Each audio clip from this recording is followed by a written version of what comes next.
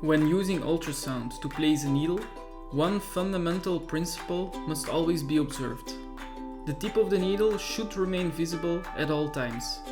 Maintaining visibility allows for precise control, ensuring a safe distance between the needle tip and the vessel wall, thereby significantly reducing the risk of complications.